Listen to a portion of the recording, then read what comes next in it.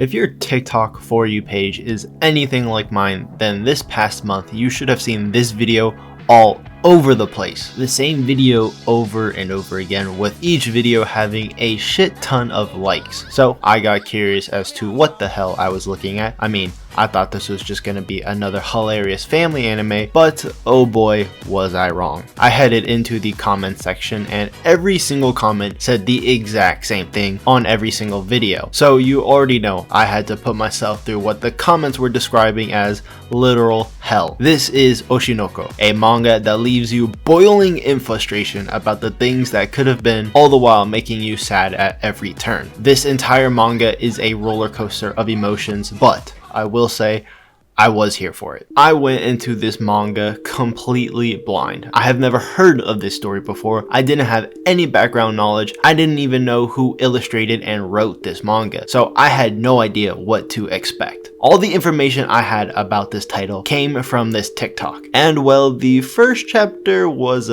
intriguing to say the least. This about sums up my experience reading the first chapter. Okay, so we got an idol story here. That's pretty cool.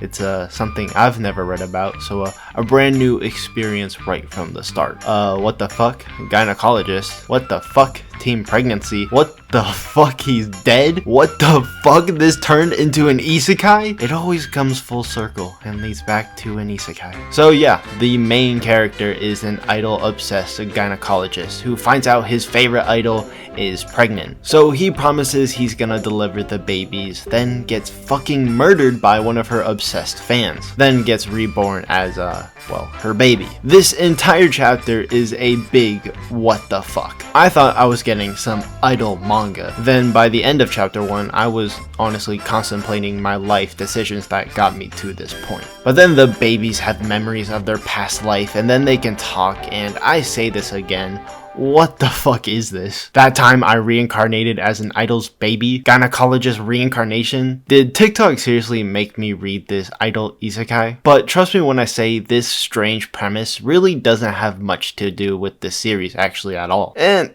kinda though, it's complicated. There's a major subplot that I don't want to give away because the anime is just now releasing and I don't want to spoil too much, but the premise basically just gives this convoluted reason for why Ai's son, Aqua, formerly known as creepy, pervy, dead gynecologist, to become an actor and follow in his mother's footsteps and start his journey into the dark and twisted world of show business. This manga is very much an unfiltered look into the Japanese entertainment industry from the eyes of the people working behind it. It's raw, it's real, and oftentimes it can get pretty fucking dark, resulting in what I think is one of the most promising titles to be released in recent years. I don't think anyone was surprised at how fast this manga gained traction and even managed to get an anime with only 110 chapters. Oshi No Ko shows people in the acting field, breaking down the talents and the commitment it takes to be a successful actor. But this series doesn't limit itself to just acting. Idols, reality shows, TV dramas, stage plays. This series takes you on a journey through the stuff you never really think about when you're watching it.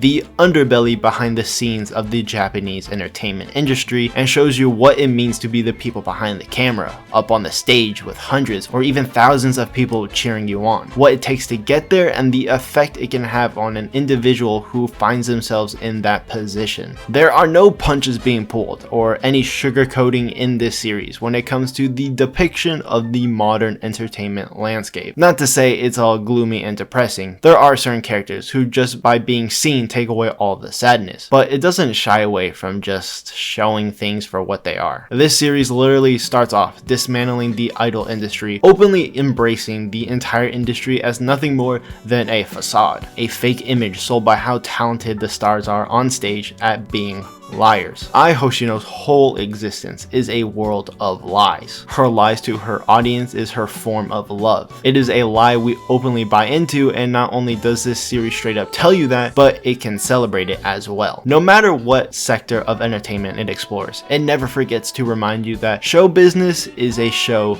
business. Everything is deception. Everything is marketable. Everything is always about money. But Underneath the surface, the real strength in this series is Aka Akasaka, the author of Oshi No Ko, ability to write sympathetic characters. Behind the fame and glamour are real people. People who have to live in the pressure of being constantly criticized not only by their audience, but the industry they work in. What I love about this series is how human everyone feels. Everyone has all these little insecurities and anxieties that anyone can relate to, and well, that is amplified by a fuck ton by just working in the entertainment industry. To say that entering the cutthroat world of show business won't send your mental health down the drain is a bit like saying entering the My Hero Academia fandom will leave you with a bloody poster. The manga doesn't pull any punches when exploring the effects of this industry on its talent's mental health. The amount of identity crisis or cyberbullying after effects I've read about is at an all-time high after reading this manga. It humanizes these inhuman idols. It makes you see the dark reality of the world they live in, and one thing that I'm impressed about most, it did it in a way all the more relevant to right now. As we all know, it doesn't take much to be a celebrity nowadays. A 15-year-old who makes 15-second dancing videos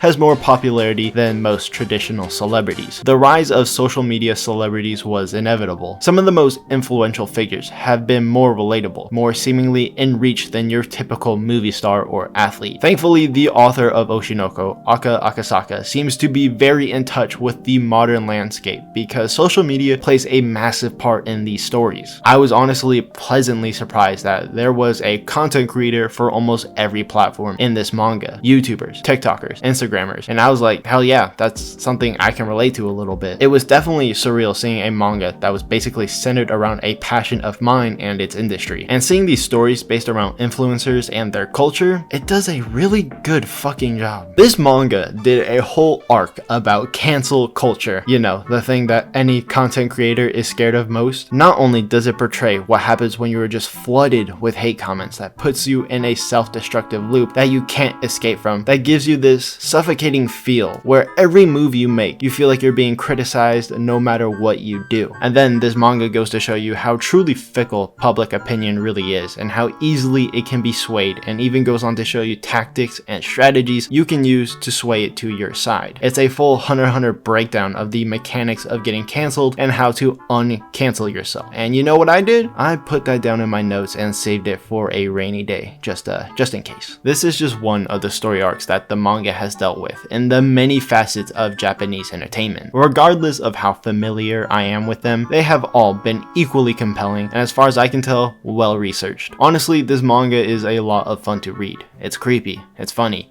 and Aqua is like a little Ayanokoji the way he uses people to suit his own personal needs. Not much to say other than it's a great read. And I know now as I'm editing, the first episode of Oshi No Ko is out, so I'm not surprised that from what I've seen so far, everyone thoroughly enjoyed it. But that's all I have for you today. If you enjoyed the video, please make sure to like and subscribe, and I will see you guys next time.